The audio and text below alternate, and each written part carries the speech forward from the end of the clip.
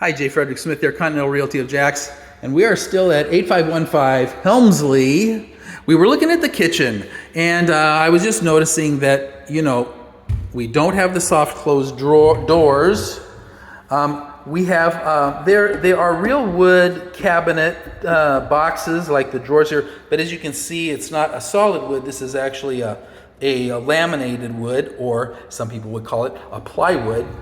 And these are not soft closed drawers either, because those are a little bit more expensive, and they're trying hard to keep their costs down. The sink is a double basin stainless sink, not very deep. There is a garbage disposal, which is nice, and a pull down for this with the sprayer, which is nice.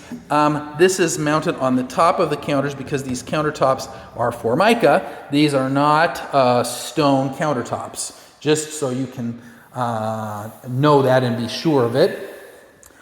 It doesn't really extend out too much.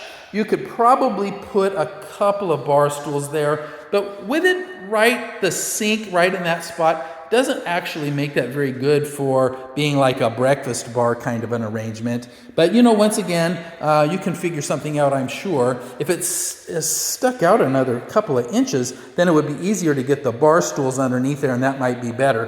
Now, you can at least get one in this spot for here, but it's tough with the sink. Maybe it would be okay. So let's go back and have a look. Well, let's look at this little closet I just spotted. Is this the furnace? Yeah, so here's the furnace. Carrier is the brand, which is the original AC company, the first one in the world, actually. And as you can see, it's nice. It's the right size. It's a big furnace. This is the air handler. People call it that. But it's heat, and the AC, actually, the cooling happens more on the outside of the house than on the inside. So, but it handles the air, and it sends it out down the various ducts to its different locations. So we're back in the living room here. Now, this is the living room area. There is a doorway over here that goes to a couple of bedrooms. Then there's a doorway here that goes to a bedroom. And then you've got a little glass panel door going out onto the porch. And all the mosquitoes, because this particular house is right on the water, so the pond is nice there. You just need to spray for mosquitoes to make sure that you're not going to have any problems. Get your citronella out. Probably help, because there is quite a few of them. Mosquito everywhere. Fortunately, the windows are closed, so they're out there and I'm in here, which I appreciate. I don't need them in here with me. You could screen that off more than likely. Of course, this is in a community that has an HOA, so you would have to check to see what the regulation is as far as that goes. Anyway, the living room space is nice. The fact that there's a door cut in each wall kind of limits what it is that you're able to do as far as your placement of items like the TV and couches and whatnot, because you can't really put it in front of a door, right? And you don't really want stuff like that in front of the windows, so you really have just a couple of spaces where you can put things. It's wide enough that it will handle a lot of different arrangements, though. So, I'm sure that that's something that could be worked out without too much issue. Let's get this little side bedroom. Now, this is probably the master. I say that because it's away from the others. And so having what they call a split floor plan, where one bedroom is on one side and the rest of the bedrooms are on the other, is something that's fairly popular in this area. I grew up, though, when you said split, it had to do with the construction of the house with a floor up and a floor down, and the way that you would get to those. It wasn't about one bedroom or the other. But in any case, the master here is probably 18 feet across by 20, which is definitely big enough for a king-size bed. Plenty of room for that. You've got two windows. They're not side by side, but that's actually in some ways better, because you don't necessarily want to have your bed pushed up against the window. They let in not a decent amount of light, 4 flush mount can lights, and a ceiling fan in the master. There's also a nice big walk-in closet really would benefit from a closet kit. This walk-in closet is not rectangular. It does have a little corner cut out, but you know, if that corner was there, then that would be about an 8 or 9 by 9 size. So this is a really nice big closet. For me, it would cover most of my clothes. My wife would have to find something else, but that's okay. Single flush mount light on the ceiling, and we still have our nice 10-foot high ceilings here in this part of the room. The wire shelves are good enough to get you started, but as I said, what I would do instead of using those is find myself a company that would put a closet kit in for me. The ensuite. So right away, we start off with dual vanity, sinks, 2 sinks, big picture mirror, dual vanity lights, which are really the main lights for the bathroom. There's some lights around the corner. We'll look at it here in a moment. 2 sets of doors. There will not be drawers. They're just going to be doors down here. So lots of under sink storage. Is there anything behind the door? Nope. The one window is opaque. Oh, thank you. You know, I hate it when people put in a non-opaque window. If it's clear glass in the bathroom, especially over the toilet or next to the shower, I just hate that. Why do people do that? It makes no sense to me. Who wants to be looking? Well, I guess a lot of people might be wanting to look in, but we don't want them looking in at what we're doing while we're in the bathroom. This is a 60-inch shower pan. You notice that there's no tub, but there is lots of little shelves. There is no shower door. There really should be. Now there's a bar up here, but I would urge you, if you get this house, to put in a glass shower door instead of using a curtain. And there's a bunch of different reasons for that. Okay, water on the floor is bad. Even though we have a vinyl, sheet vinyl, which is waterproof, and even though it's sealed up nice, you still want shower doors here if you can manage it. Okay, you really do. Basic valve and shower head, those are easily upgradable. I would certainly think about at least putting in something other than that for the shower head. And then a single little flush mount light over the shower. There is a fan. The fan switch is on the wall over there. I don't know if I like that actually, because that fan really should be coming on when that light turns on. This fan here, there should be 2 switches instead of 3. So this fan would come on when that light's on. That way, the steam from your shower or whatever is definitely going to be getting a little fan action, which you need to have because hot steam like that coming up from the shower is going to damage your walls and your ceiling, the paint, and cause other problems as well. You certainly don't need that. Now, next to the toilet, here is a little linen closet. Lots of shelves for all of your linen-y kind of needs, sheets, towels, blankets, whatnot. Should be enough room for most of those things in here. And this is about, I'd say 4 feet across, and once again, about 28 inches deep. And you can see all the shelves. Pretty good. Okay. So, ensuite, I wish it was 2 switches instead of 3. Master bedroom. Let's get the light here.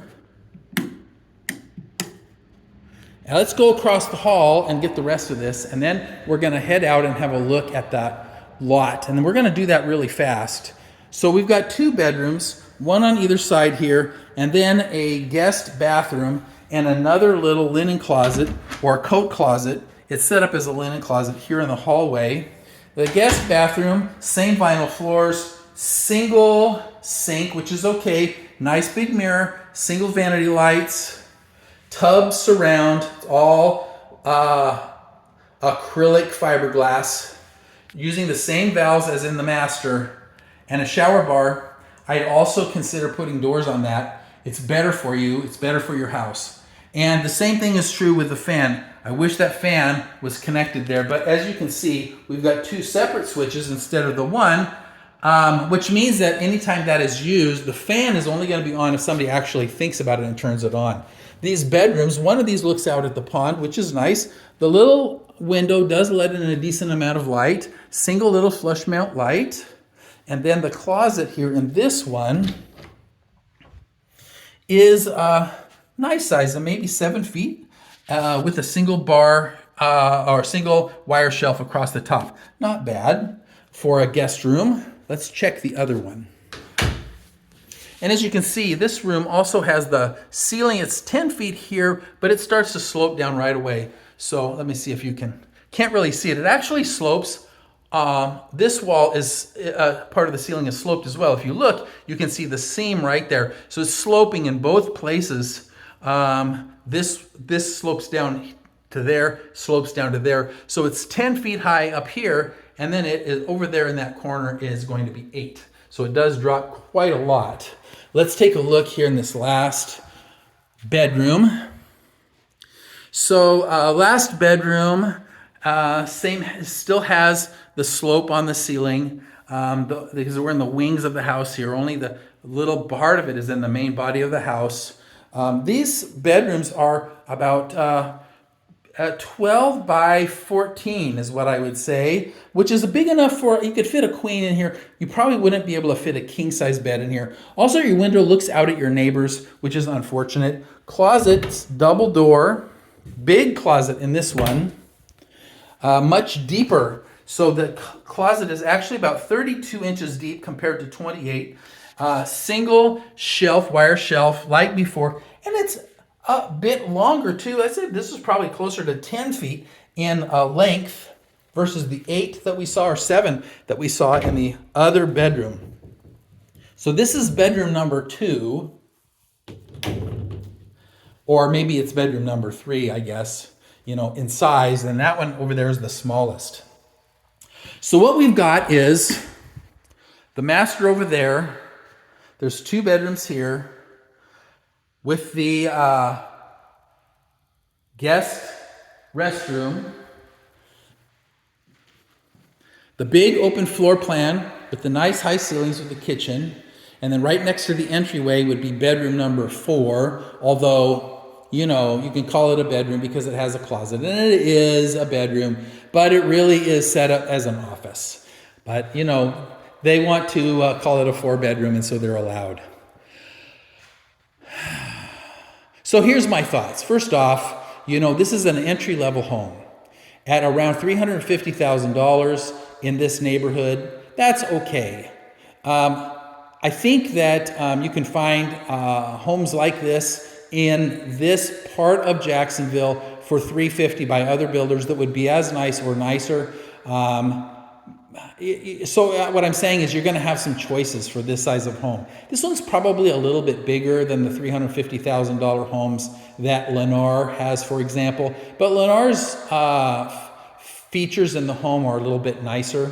So you might get 1,600 square feet instead of 1,800 with a Lennar home. But then maybe you're going to get some better flooring and some stone on your countertops as an example.